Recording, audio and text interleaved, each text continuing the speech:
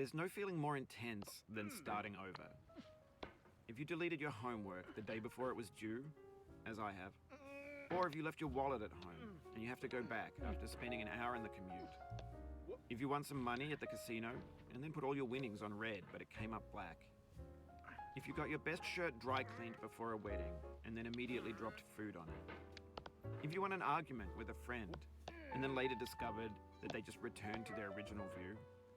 Starting over is harder than starting up. If you're not ready for that, like if you've already had a bad day, then what you're about to go through might be too much.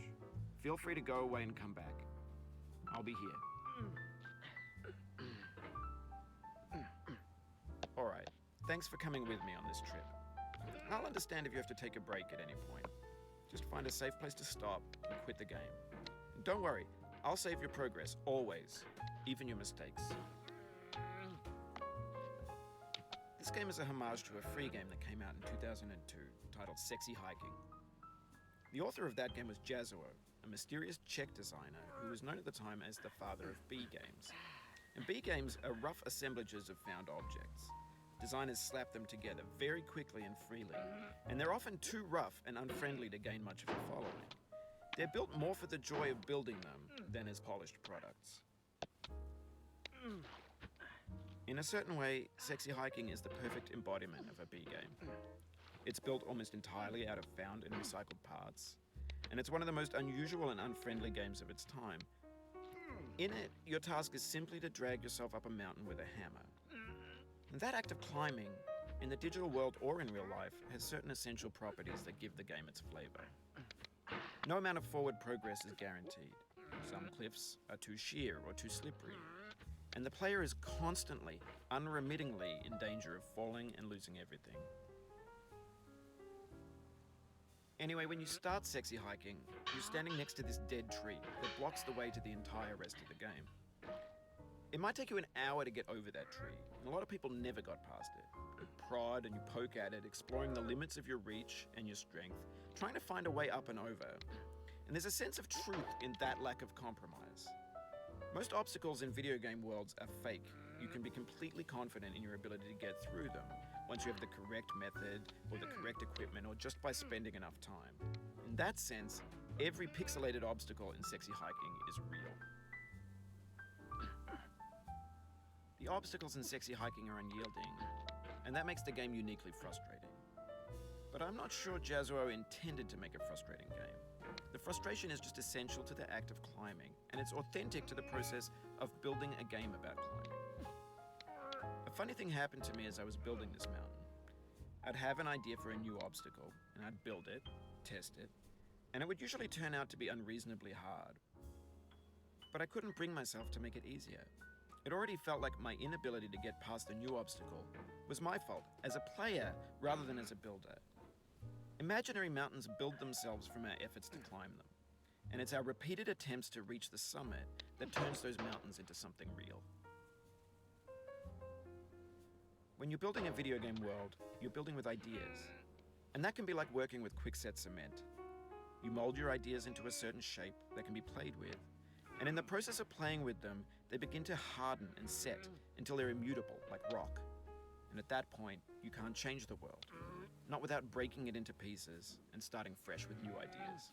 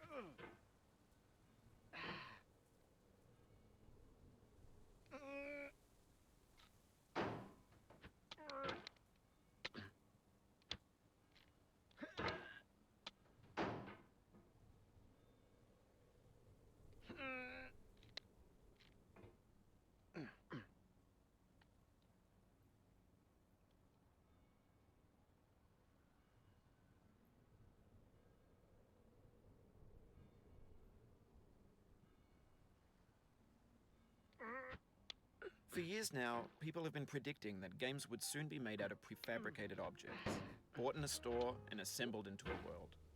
And for the most part, that hasn't happened, because the objects in the stores are trash. I don't mean they look bad or that they're badly made, although a lot of them are.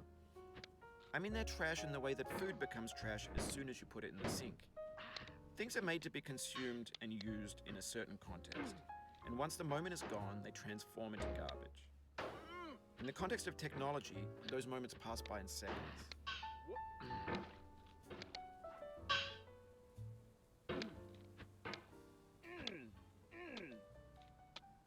Over time, we've poured more and more refuse into this vast digital landfill that we call the internet. It now vastly outnumbers and outweighs the things that are fresh and untainted and unused. When everything around us is cultural trash, trash becomes the new medium, the lingua franca of the digital age. And you can build culture out of trash. But only trash culture. Be games, be movies, be music, be philosophy.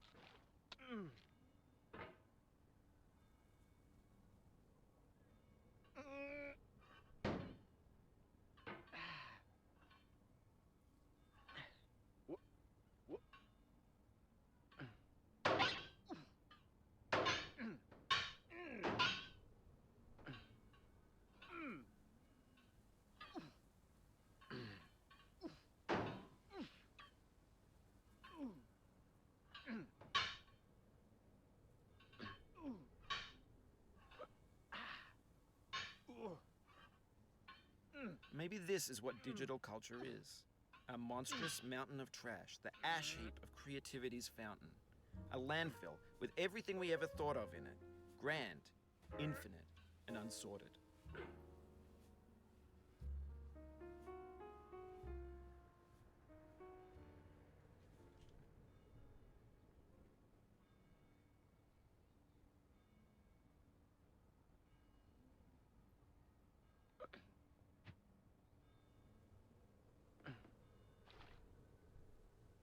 There's 3D models of breakfast, Gen X's fanfic novels, scan magazines, green screen Shia LaBeouf, banned snuff scenes on Live Leak.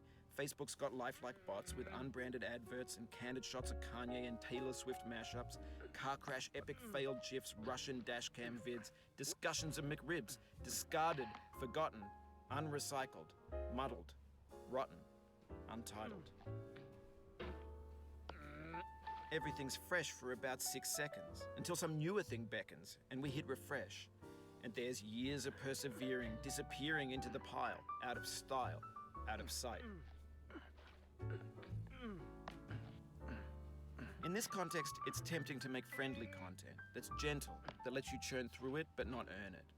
Why make something demanding if it just gets piled up in the landfill, filed in with the bland things?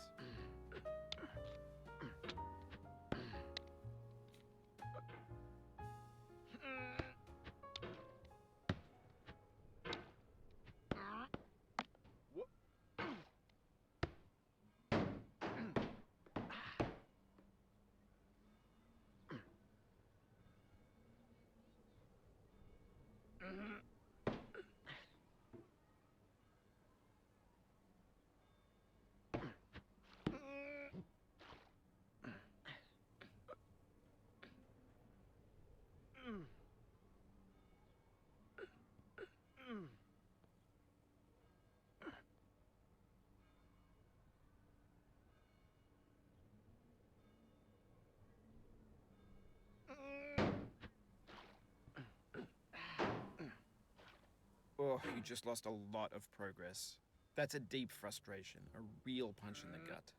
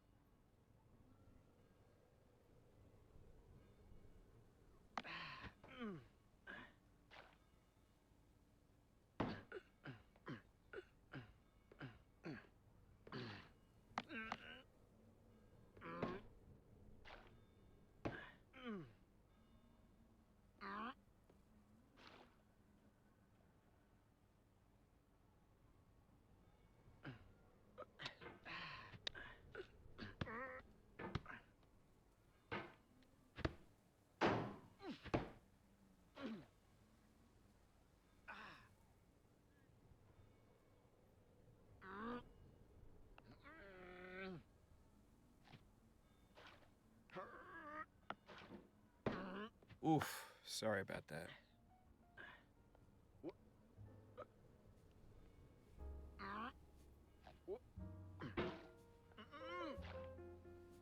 Oh, it happened again. Keep on trying, don't let it get to you.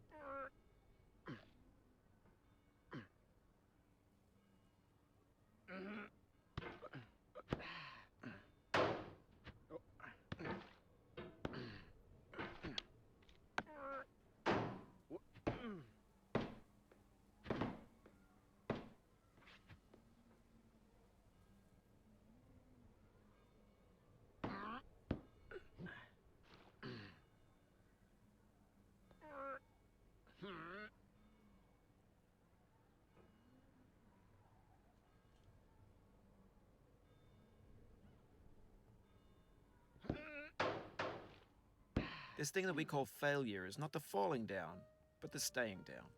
Mary Pickford.